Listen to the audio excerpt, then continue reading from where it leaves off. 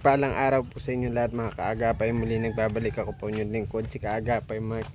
Bali ngayong araw punta natin si Nanay Mirna at bisitahin natin. Di tayo nakapunta ng blessing niya kasi may importante tayong lakad nung blessing mismo ng bahay ni Nanay Mirna. Ngayon pupuntahan ko siya kasi susukatin natin yung sahig.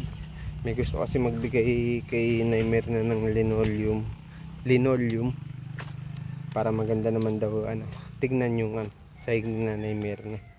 Idala rin tayong metro oil tas bigas para kay Nanay Mirna. Tara po, kamustahin natin siya. Dito na tayo kay Nanay Mirna. Ganda na yung bahay niya.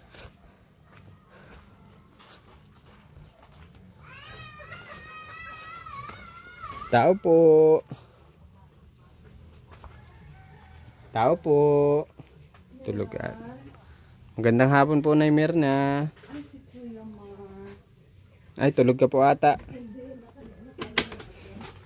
Nagpapahinga kasi nagpapaligpit ako. Yung mga kalat. Oo, pwede magtuloy.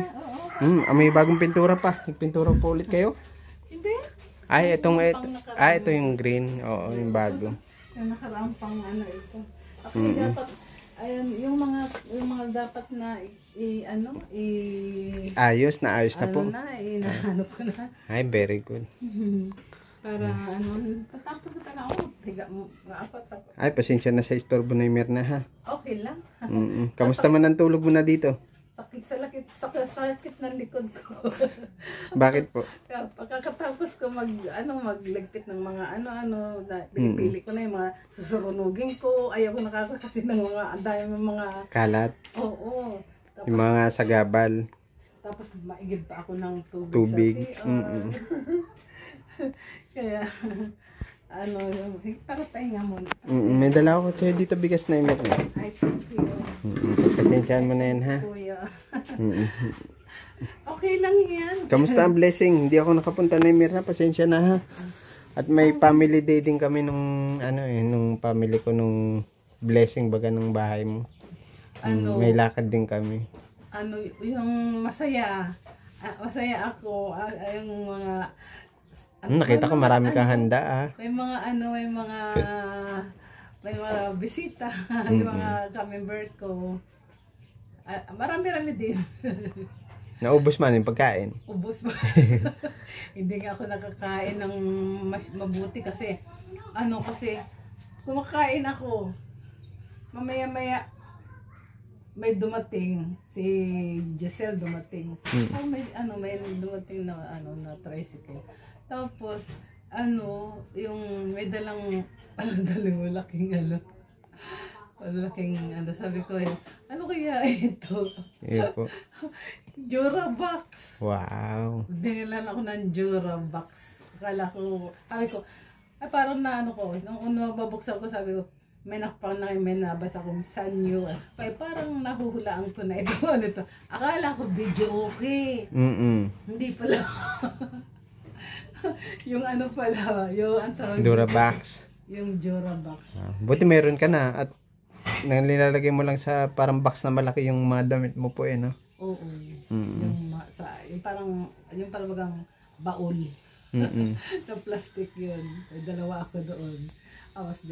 Dinala nga ako ng mga ng Durabox.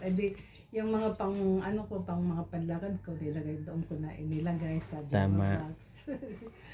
Kamusta ang tulog mo na Mirna sa bago mong bahay?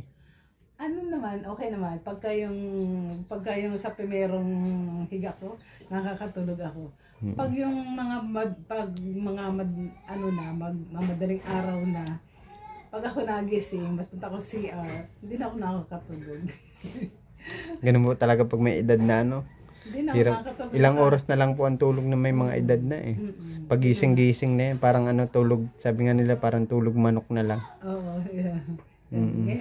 Ngayon nga, pag nakatatapos ko na magligpit ng mga dapat ligpitin para sabi ko, yung gusto ko maaliwalas ang bahay. Ganon. Sabi ko, lagay ko sa isang sako yung mga hindi ko na ginagamit na damit, susunugin ko na to. Ano na kasi, yung marami na, yung mga hindi ko na ginagamit, sabi ko, susunugin ko na. Mga damit, mga sinusunog mo? Yung hindi ko na ginagamit. Minsan, yung iba, ginagawa kong basahan. Tapos yung ibang hindi ko na naman na ginagamit, susunugin ko na. Ay, sinusunog mo, sayang man. Susunugin. Wala ka mapagbigyan? Ay, yung ibang mga ano-ano pa, binigay ko sa church. Okay, tama. Kay Pastora, ko para sabi ko kung sa December, ipamigay. Tama. Kasi sayang man eh. Yung mga naman, yung parang mga ginagawa kong trapo. Pagka nagawa kong trapo, tapon ko na, kung nalalaban. Iyo po. Marami ako dyan mga labahan. Sabi ko lalaban ko yan paunti-unti. Hirap ka na rin maglaban na Mirna, ano? Oo. Dito ka pa nag-iigib sa may balon. Oo. Malapit lang naman sa akin ang balon. Pero nahingal ako na. Nahingal na. Nahingal na ako. Nice na. May Hindi division na ulit. Sabi ni Nino, hindi ka na-stress. At ng bahay mo, ganda ng bahay mo. Hindi na po. Noon po na-stress pa ako dahil noon po pag binibideo ako ni Mark, kahit po sabi ko, ikaw po, Nino, si GM, na sinasabi din po nila sa akin, na 9 years na walang gustong magpabahay sa iyo. Sabi ganun. Di ako nalulungkot ako, na-stress ako, iyak. Sabi ko, pray ka kay Lord nga gano'n na maano itong bahay ko dahil sabi ko ang haligi wala lang laman. Ngayon matibay na, buhos na. Buhos na yung mga haligi ni Naimer na. Sabi ko nga, kaya mas matagal na. Sabi ko nga, kung bumagyo ka ako na malakas-lakas, ay talagang tutumba itong bahay. Dahil yung mga haligi talaga, bibigay na. Mabigay na yung mga haligi. Sa awa ng Diyos, may mga nagbigay sa iyo na na po. Kaya salamat natin yung kay Lord sa mga taong tumulong po sa inyo. Hindi ko nga inaasahan na ko noon, kaya pray ako kay Lord sa gabi bago ako matulog, mag-pray ako, iyak ako talaga. Sabi ko kay Lord. Tapos yung ilang buwan walang talaga. wala talaga. May nagbibigay man, mga pangkain mo lang, panggastos mo. Kaya sobrang pasalamat pa din tayo dun sa mga taong nagbibigay sa iyo nung kahit hindi pa pabahay, kahit yung mga pagkain lang, panggastos mo. Kasi yung pension mo nun, hindi mo pa nakukuha puro ka na utang, Oo. Kaya pasalamat din tayo na may mga nagbibigay. Tapos ma-pension lang naman ako, bayad doon. Bayad sa utang. Isa lang may natitira pa man. Tama lang yun na pang bili-bili ng ng gatas, pambiling ulam, ganyan. Buti na nga lang at mag-isa ka lang at nakakatipid ka. Oo, nakakatipid ako. Minsan nga binibili ko lang na ulam, itlog lang, ganun. Prito ka lang, okay na yun, ayos na. Pero itong ang nagpabahay nga, si Kuya DM, malaki-laki ang gastos. Laki talaga ang gastos.